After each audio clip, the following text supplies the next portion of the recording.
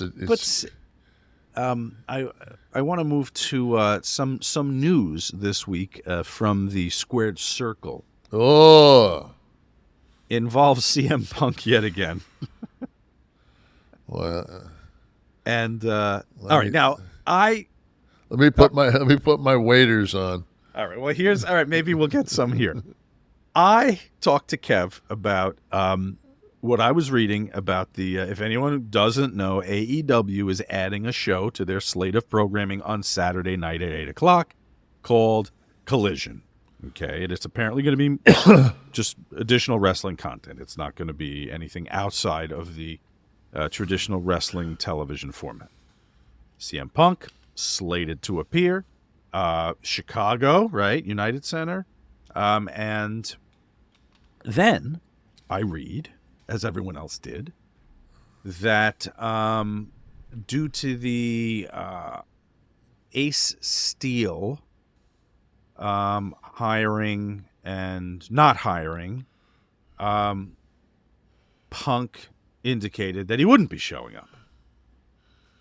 So I believe he was pulled from advertising, and I don't think there's a commitment, but I heard it proposed that Jacksonville, where Tony Khan, of course, has business, would be where they own the venue. They own the venue, right? Would be the new location. I just want to know exactly the parameters of CM Punk's contract. Does he have a 15-minute fucking clause in it? Like what kind of a contract is this? It's like nobody would sign a contract that. Now I know he was playing the injured card, but he had to have gotten cleared to some degree in order to headline a January 1st show. Because you can't have somebody that's not medically cleared in the ring. So that tells me that January the 1st he's cleared. And if he doesn't participate, then he'll be fired. So I brought up to you, I Yes. said, well, maybe there's no contract. Maybe it's like an at-will kind of. And you wisely said, would you hang a fucking entire program debut on someone who didn't even have a contract to show up? Unless it was the Ultimate Warrior. Because he's never known to hold up anybody. So. No. But, all right, point well taken. So can we deduce that there is a contract? There has to be. And that this is all just more media manipulation?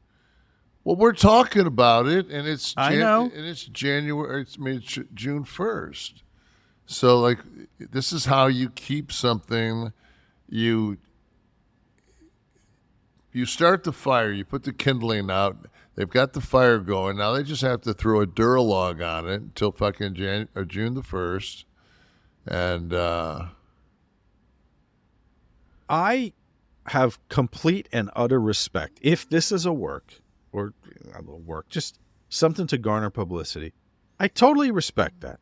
We should be left guessing. Isn't that what pro wrestling was? Isn't that how it was different than the NFL and everything else? We were left guessing. We didn't know if it was real. And that disappeared for a really long time.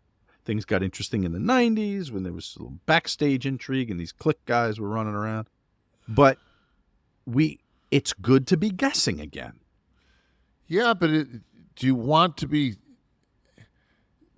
sitting there on Saturday night and the team has to put the do not plays or questionables or whatever, and they just say, we don't have anything to tell you? No, man, it's just that ain't the way shit goes. Especially with them, they are now in bed solidly with DraftKings. Like DraftKings is one of their, like, they're doing like $25,000 like prize things with DraftKings. So all of a sudden, if this kind of shit is what you're going to give me, and you think I'm going to play any kind of DraftKings around this bogus bullshit, you got to be fucking high. You got to be higher. You got to be higher than me. That's barely possible. So Punk has a contract apparently. If what AEW said is correct, and they plan to serve him with breach this week, the quote from the company is AEW sent a legal notice to Punk yesterday that he either has to comply or they're going to file suit against him. That's what Raj Giri said during a. And I have. I mean, this is. I'm not like saying I'm Ethley Bailey or anything, but I got an idea that the Khans have more cash than Punk, and I think that if it comes down to who's gonna bleed who out in this, you know, he'll be able to go the distance. Yes. But I saw like a meme or a skit or something where it was the Bucks and they were doing something, and then they were like fuck, like they weren't going to work with Punk, and then Punk came in and cut the promo saying, well, you know, did you see that? Yeah, you told me about it, and then I looked it up and read about it. But yeah, so I mean, so to me that's cross promotion between Dynamite and Concussion, Collision, whatever the fuck. Yeah, I mean it's smart. Yeah, feels like a concussion to me. If it feels like a concussion to the point where my fucking head hurts so bad I don't want to fucking watch television.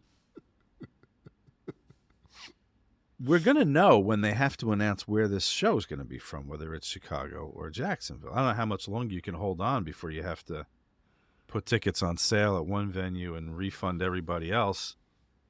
I watched Raw this week, and I watched Raw, and I watched last week's Dynamite in preparation for Collision. Well, yeah, I'd like to know what the fuck.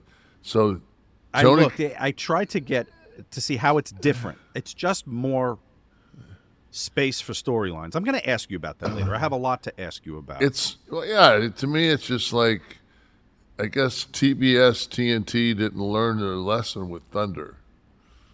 That's what I'm going to ask you about. Thunder. And then on the other side, you had Raw, Heat, SmackDown. Laborious to cover that many hours of programming with wrestling. And it's just like, I mean, Saturday night?